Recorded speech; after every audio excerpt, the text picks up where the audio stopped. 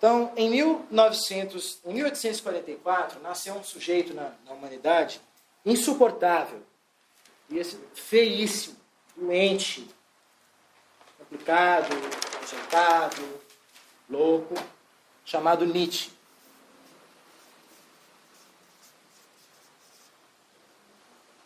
Ele nasceu em 1844. Em 1888, ele escreveu um livro chamado Genealogia da Moral.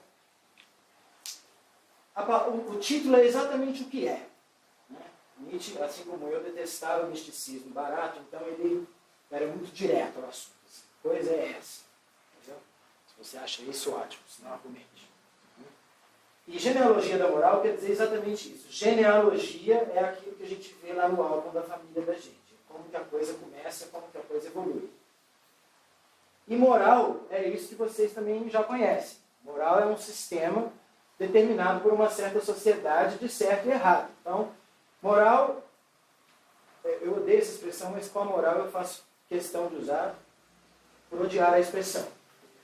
Que nada mais é do que uma lista de podes e não podes. Então, serão feitas aqui duas colunas. Né? Uma coluna vai ser a coluna do não pode, a outra coluna vai ser a coluna do pode. Só que, para você acreditar na moral, além de nunca ter lido esse livro, Genealogia da Moral, você tem que ter outros problemas. Por exemplo, você tem que não conhecer muitas culturas. Porque se você conhecer muitas culturas, você vai perceber que os seus valores de certo e errado são muito limitados, para ser suave. E que aquelas coisas que na sua sociedade são proibidas, assim, você olha e fala, nossa, aquela pessoa faz isso, que absurdo, nunca vou deixar meu filho conviver com ela, insuportável, não sei. Na outra sociedade, é realizada pelos sacerdotes. E os sacerdotes têm aquele comportamento, porque é aquilo que é considerado espiritual. Quando você vai vendo a evolução, outra coisa que você não pode saber, se você quiser acreditar em moral, é a história. Porque se você estudar a história, você vai perceber que os costumes mudam muito com o tempo. E que, de novo, aquilo que era considerado horrível passa a ser admirado e vice-versa. Principalmente a história da sua religião. Se você quiser acreditar em moral, aí essa parte especificamente, eu acho que você não deve estudar.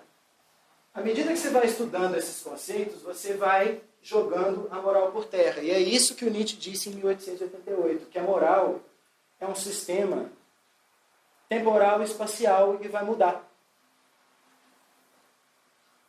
E vai mudar daqui a pouquinho. Isso é tão simples de entender que assim, a moral que vocês seguem não é a moral dos seus pais. E isso não faz dos seus pais pessoas piores ou melhores. E nem faz de vocês pessoas piores ou melhores. Simplesmente as coisas mudaram.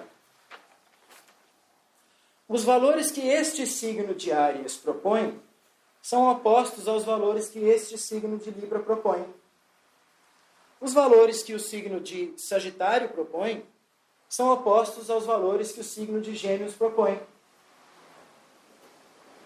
Que signo está certo? Que signo está errado? Será que eu posso dizer, por exemplo, que a Lauren, por ser leonina, é uma pessoa muito melhor e tem mais valor espiritual do que a Jamila, que é pisciana, por exemplo? Acho que não. E, no entanto, esses valores são valores radicalmente opostos. O signo de Leão quase que em nada conversa com o signo de Peixes. Então, a astrologia não é um sistema que você consegue praticar em termos de certo ou errado. E, portanto, é muito importante que você consiga extrapolar o seu sistema mental, o seu sistema moral, para que você tenha mais de uma categoria. Ou seja, para que você consiga pensar de mais de uma forma. Imagina, por exemplo, uma pessoa que ao invés de ter esse Plutão aqui na casa 7, ela tem um Plutão aqui na casa 1, por exemplo. Ou um Plutão aqui na casa 2, por exemplo. Essa pessoa que tem esse Plutão na casa 1, essa pessoa que tem esse Plutão na casa 2, elas só são saudáveis se elas forem extremamente destrutivas. Então elas têm que conseguir destruir grandes quantidades de coisas, pessoas e energias, e principalmente elas mesmas, para conseguir ser saudáveis.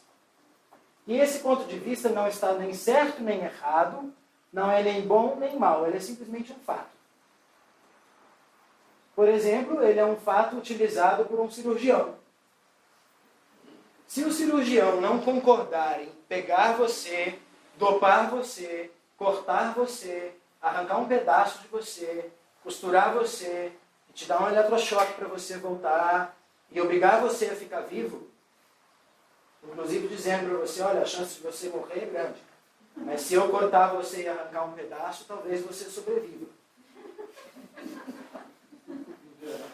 Então percebam que essa energia extremamente destrutiva, que na hora que eu falo do sistema moralista, mental de vocês, neurótico de vocês, reage contra isso como se fosse um sistema imunológico, na hora que a energia é aplicada praticamente, ela se torna admirável. A gente paga cirurgiões muito bem na nossa sociedade. Então, observem que a astrologia funciona como um sistema de evolução psíquica, porque ela mostra para você que certos fatores da natureza são fatores da natureza, que não tem nada a ver com moralidade ou com certo e errado. Ok até aí?